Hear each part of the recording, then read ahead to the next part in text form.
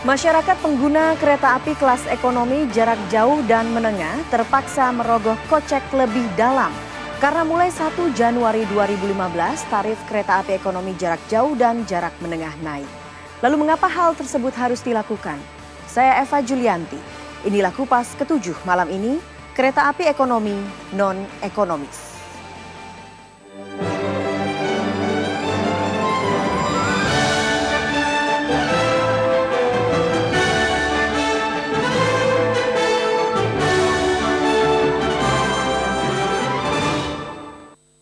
PT Kereta Api Indonesia atau KAI mulai memberlakukan tarif keekonomian untuk kereta api kelas ekonomi jarak jauh dan menengah di Pulau Jawa mulai Januari 2015. Besaran penaikannya yang diberlakukan pun tidak tanggung-tanggung, 100 hingga 150%. PT KAI menilai kenaikan tersebut harus dilakukan karena anggaran Public Service Obligation atau PSO dialihkan untuk kereta api ekonomi di wilayah Sumatera Utara dan Sumatera Selatan. Pengurus Harian Yayasan Lembaga Konsumen Indonesia Tulus Abadi menilai rencana penaikan tarif kereta api tersebut adalah sebuah ironi. Karena pemerintah hanya memberikan subsidi 533 miliar bagi kereta api, sementara subsidi untuk bahan bakar minyak yang lebih dinikmati kendaraan pribadi justru mencapai 1 triliun lebih per tahun. Sebagai transportasi publik yang massal, cepat dan ramah lingkungan, saat ini kereta api menjadi transportasi prima dona kalangan menengah ke bawah dibanding transportasi massal darat lainnya dan mampu mengurangi pemakaian bahan bakar minyak. Rencana penaikan tarif kereta api menurut banyak kalangan jelas bertentangan dengan gerakan pemerintah yang tengah membiasakan masyarakat menggunakan transportasi massal dan penghematan BBM. Lalu apa yang membuat penaikan tarif adalah sebuah keharusan? Apakah ada solusi lain yang bisa ditempuh dan seperti apa peran pemerintah dalam kasus ini? Untuk membahasnya, kita sudah bersama dengan Bapak Tulus Abadi, Ketua YLKI, Darmaning Tias, Pengamat Transportasi, Nusyirwan Sujono, Anggota Komisi 5 DPR RI, Hermanto Dwiatmoko, Dirjen Perkeretaapian Indonesia, dan Edi Sukmoro, Direktur Utama PT Kereta Api Indonesia. Selamat malam Bapak-Bapak. Pak Edi bergabung bersama kita dari studio kami di Bandung. Selamat malam Pak Edi. Oke, pertanyaan pertama saya tentunya ke Anda, Pak Edi. 1 Januari 2015 tarif kereta api ekonomi sudah terlanjur melonjak naik. Meskipun nanti akan ada rencana penurunan karena memang kemudian Public Service Obligation sudah ditandatangani. Tapi kemudian ini sudah sempat naik, katanya kereta api ekonomi, tapi tarifnya tidak ekonomis. Jawaban Anda, Pak Edi. Ya, jadi gini Mbak Eva, perlu dijelaskan kepada semua stakeholder, itu tarif yang dijual pada bulan yang akan naik pada bulan Januari itu sebenarnya sudah terjual pada bulan September. Sehingga 3 bulan sebelum itu penumpang itu sudah mengakses atau membeli tiketnya, di mana PSO untuk 2015 itu kami atau PT Kereta Api itu belum tahu apakah PSO ini akan diberikan. Nah, oleh sebab itu akan kita turunkan sejak PSO itu nanti turun. Oke, apa sih yang kemudian menjadi PSO atau kontrak PSO ini terlambat ditandatangani kontraknya? Oh iya, PSO ini kan penugasan pemerintah kepada PT Kereta Api. Nah, ini kami menerima saja apa saja yang diberikan. Tetapi bahwa tarif kereta api yang jarak menengah dan jauh ini, kita akan mengikuti TBA-TBB yang ada.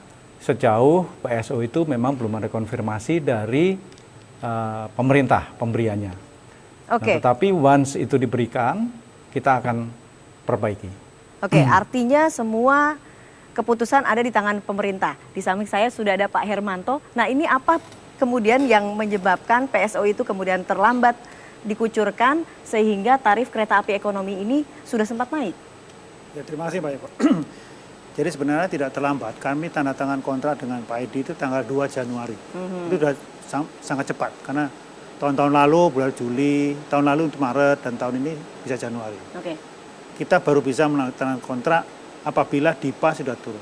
DIPA itu anggaran, dokumen anggaran dari Ditjen Anggaran, itu baru boleh tanda tangan setelah tanggal 1 Januari. Itu ya. Sehingga kita berlakukan untuk tarif ini mulai Maret. Karena ini sudah jalan kan gitu. Jadi artinya ada 3 bulan masyarakat harus membayar tarif ekonomi yang 2 sudah bulan. telonjak. 1 Maret nanti. 1 Maret nanti. Ya. Artinya ada 2 bulan yang Ya. harus tarif kereta api yang harus dibayar oleh masyarakat dengan tarif yang mahal, begitu kan? Ya. Oke. Bukan tarif mahal, tarif aslinya gitu. Tarif aslinya. Jadi sebenarnya PSO itu adalah memberikan subsidi selisih tarif dari tarif kereta api dibandingkan dengan tetapkan pemerintah. Contoh misalnya Jakarta Surabaya untuk ekonomi misalnya 100.000 tarifnya.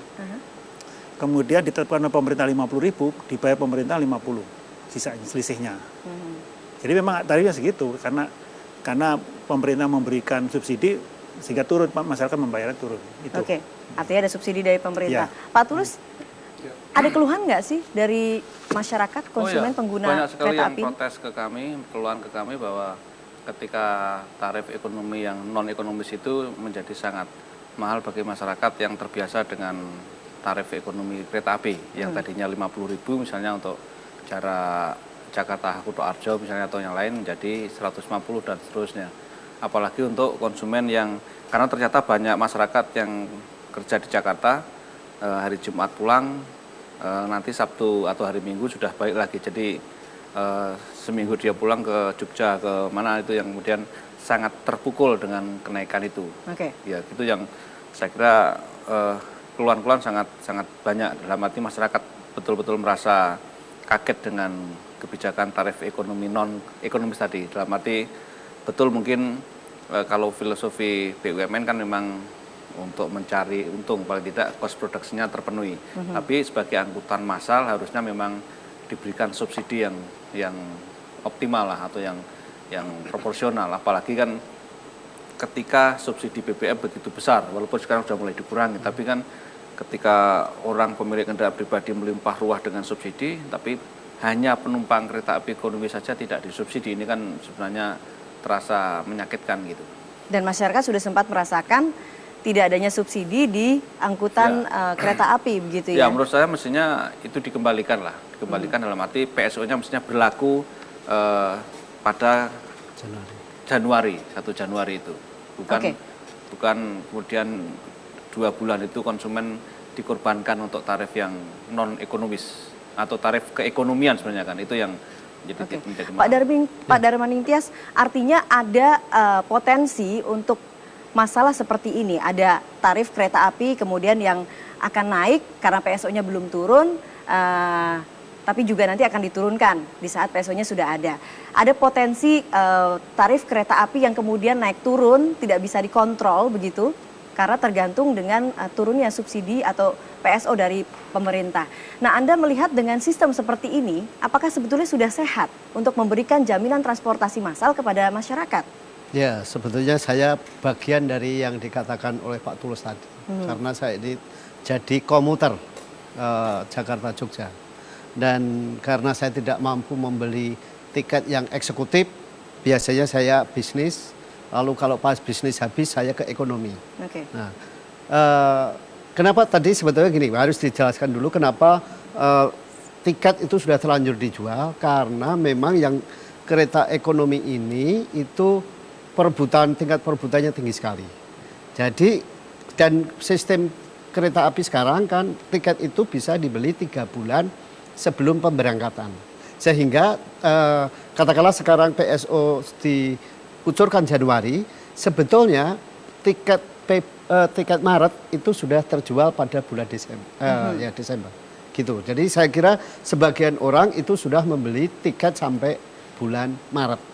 Nah, memang ini terasa sekali pergerakannya, peningkatannya misalnya dari ada kereta Serayu misalnya dari 35 menjadi 90. Ini memang 3 kali lipat. Nah, ini memang dari kelas ekonomi bahwa itu cukup dirasakan. Nah, memang dan masyarakat memang sudah tidak punya pilihan juga. Saya kira begitu tidak ya? ada pilihan, gitu. Tidak ada pilihan karena misalnya mau naik bis juga risikonya banyak, tidak nyaman. Gitu, sehingga mau tidak mau ya pakai ini. Nah, inilah justru saya kira perlunya intervensi negara untuk memberikan subsidi agar mobilitas masyarakat itu terjamin. Oke. Gitu. Nah, saya tahu bahwa teman-teman Pak Hermanto itu dulu kan asumsinya ini yang naik tidak tiap hari. Tapi jangan lupa bahwa tidak tiap hari pun mereka itu punya hak mobilitas yang harus dijamin oleh negara. Oke. Di sisi lain kereta api sebagai PT itu memang dilihat dari tingkat keuntungannya. Meskipun di dalam permen ya Pak nomor 28 itu ya, itu dibatasi bahwa untuk kereta penugasan itu maksimal keuntungan 8%. Nah, tetapi tetap kan memperhitungkan keuntungan gitu. Nah, karena di satu sisi kereta api sebagai operator harus untung, di sisi lain masyarakat bawah ini harus terfasilitasi. Tengah-tengah inilah perlu ada intervensi negara. Artinya apakah Anda melihat kalau seperti ini pemerintah berhasil atau tidak memberikan jaminan mobilitas bagi masyarakatnya? Ya tentu saja nggak bisa kita katakan berhasil karena bagaimanapun tetap banyak orang yang mengalami hambatan mobilitas. Oke, kita terutama akan para pedagang-pedagang asongan, para sopir taksi, para sopir bajai yang keluarganya di daerah. Oke, kita akan tanyakan kepada pemerintah bagaimana kemudian mengatasi hambatan-hambatan itu, tapi kita harus jeda dulu. Pak Hermanto, kita akan lanjutkan setelah pariwara. Pemirsa tetap bersama kami di Kupas Ketujuh.